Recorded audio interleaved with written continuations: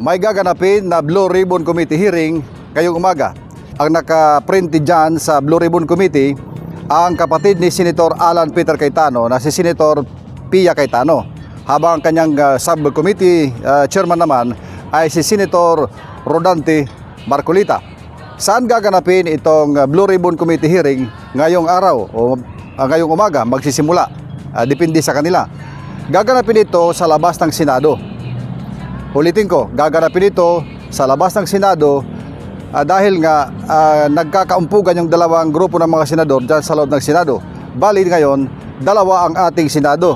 Yung Senado, sinasabi ni Senator Alan Peter Cayetano na Senado ng Pilipinas. Samantala yung isa na nasa pangunguna naman ni Senator Win Gatchalian ay sinasabi niya na ito ang Senado ng Palasyo. So effectively, meron tayong dalawang Senado. Dalawang Senado, dalawang Blue Ribbon Committee.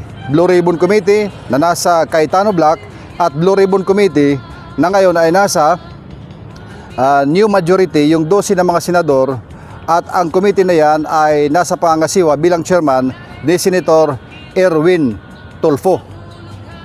Nag-anunsyo si Senator Alan Peter Cayetano noong last week pa na ngayong araw, June 16, magsasagawa sila ng Blue Ribbon Committee hearing.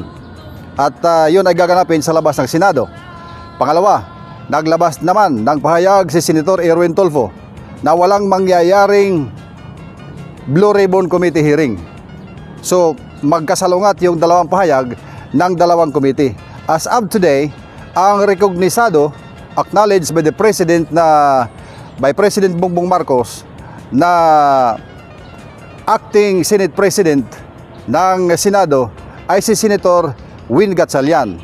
Pero si Senator Alan Peter Cayetano ay patuloy na sinasabi na siya pa rin ang legal na Senate President ng Senado. So may gridlock itong dalawa ngayon.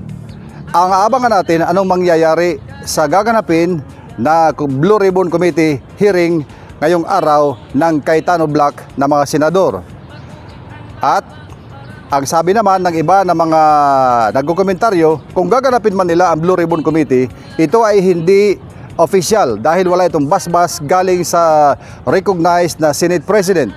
Ito ay kung mangyayari man ito ay isang pagpapahayag lamang ng kanilang expression or freedom of expression sa kanilang mga hinaing ukol sa flood control. Nakatutok ang Blue Ribbon Committee na ito sa pag-imbestiga ng flood control anomaly sa ating bansa. Ano man ang mga mangyayari ngayong araw sa gaganapin na Blue Ribbon Committee hearing ay aabangan natin at ating ipaparating sa inyo maya-maya lamang.